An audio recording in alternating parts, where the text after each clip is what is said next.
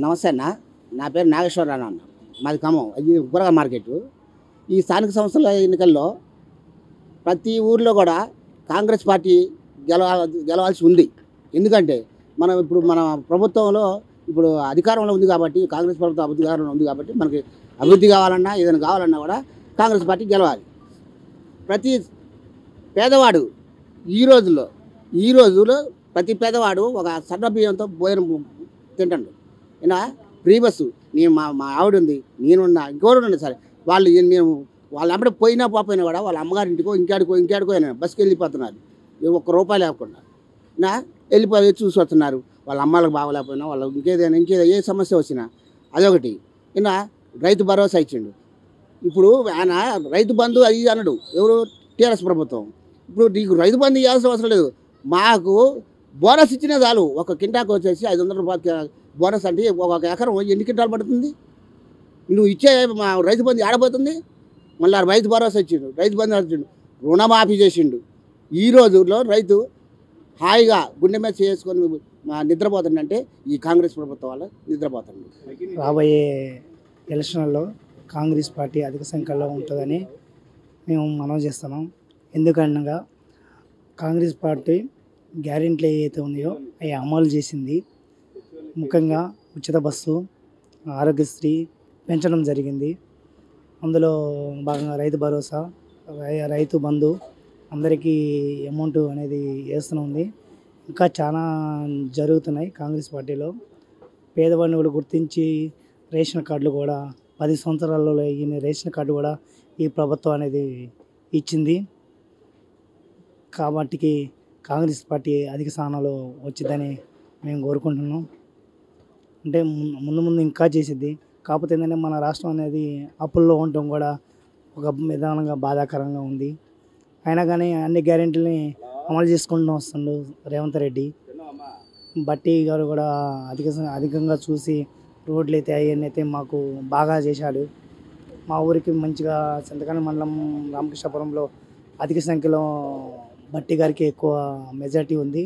ఎందుకంటే సీసీ రోడ్లన్నీ మా ఊర్లో ప్రతి ఒక్క గ్రామంలో, మా చింతకాని మండలంలో ప్రతి ఒక్క గ్రామంలో రోడ్లు బాగా చేశారు బట్టి గారు. దానివల్ల కాంగ్రెస్ పార్టీ అధిక సంఖ్యలో ఉంటుందని మేము మనవి చేస్తున్నాం. రాబోయే స్థానిక ఎన్నికలలో ఈసారి కాంగ్రెస్ పార్టీ మళ్ళీ అధిక మెజార్టీ గెలుచుకుంటుందని అనుకుంటున్నాం. చెప్పిన 6 గ్యారెంటీలు కూడా అమలు చేశారు. రేషన్ బియ్యం కానీ, ఫ్రీ కరెంట్ కానీ, ఫ్రీ రైస్ కానీ, ఇందిరమ్మ ఇళ్ళు కానీ, ఇట్లాంటి 6 పథకాలు ఏవైతే ఉన్నాయో అవి అనుకూలంగా అన్నీ సవ్యంగా ఇచ్చారు. అందువల్ల ఈసారి అదే కాంగ్రెస్ అత్యధిక మెజార్టీతో గెలుస్తుందని అనుకుంటున్నాం. ఉచిత బస్సు కూడా ఉంది, ఫ్రీ కరెంటు, రేషన్ బియ్యము, ఇందిరమ్మ ఇళ్ళు, ఇవన్నీ కూడా మాట ఇచ్చిన వాగ్దానం ప్రకారం ఇచ్చారు. కాబట్టి ఈసారి మళ్ళీ కాంగ్రెసే వస్తుందని అనుకుంటున్నాం. అధిక స్థానంలో కంపల్సరీ అధిక స్థానంలోనే కాంగ్రెస్ గెలుస్తుంది. రాబోయే స్థానిక ఎన్నికలలో అధిక స్థానం కాంగ్రెస్ పార్టీ గెలుచుకుంటుంది. రాబోయే స్థానిక ఎలక్షన్లో కాంగ్రెస్ పార్టీ అధిక స్థానంలో గెలుస్తుంది. 6 గ్యారెంటీలు అమలు చేస్తుంది. సన్న బియ్యం ఇచ్చింది, కరెంటు 200 యూనిట్ల కరెంటు బిల్లు ఇచ్చింది, లేని వాళ్ళకి ఇల్లు స్థలాలు ఇస్తుంది. అన్నీ మంచి కార్యక్రమాలు చేస్తుంది కాంగ్రెస్ పార్టీ. ఈ రోజులు అసలు మొన్న బీఆర్ఎస్ పార్టీ కూడా ఏం చేయలే. ఇప్పుడు వచ్చిన కాంగ్రెస్ పార్టీ సూపర్ చేస్తుంది. అందుకు అసలు గట్టిగా గెలవబోతుంది. ప్రతి సర్పంచ్ ఎలక్షన్లు, ఎంపీటీసీ మొత్తం కాంగ్రెస్కి రాబోతున్నాయి. దీని మీద అందరూ రెడీగా ఉన్నారు. ఏ ఊరికి పోయినా, ఏది చేసినా, పల్లెకి పోయినా, ఏది పోయినా ప్రతి ఓళ్ళు అంటారు కాంగ్రెస్ అంటది.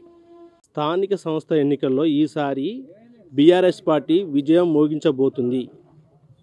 గ్యారెంటీగా పక్కాగా సర్పంచులు గెలుచుకుంటారు. ఎందుకంటారంటే పోయినసారి చేసిన అభివృద్ధి, మిషన్ కాకతీయ, తర్వాత చాలామందికి వృద్ధులకి పింఛన్లు అన్నీ ఇచ్చారు. కాంగ్రెస్ పార్టీ చెప్పిన 6 హామీల్లో 4,000 పింఛను, 2,500, తర్వాత ఫ్రీ బస్సు పెట్టి మగవాళ్ళని చాలామందిని ఇబ్బంది పెడుతున్నారు.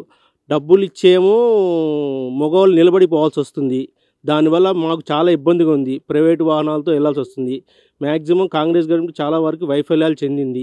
ఇచ్చిన హామీలు సరిగ్గా పనిచేయట్లేదు, అమలు పరచట్లేదు. బీఆర్ఎస్ పార్టీ చేసిన అభివృద్ధి ఇప్పుడు వీళ్ళు తోడ్పడుతుంది. ఈసారి కాంగ్రెస్ ఓడిపోయి బీఆర్ఎస్ మళ్ళీ గెలుస్తుంది.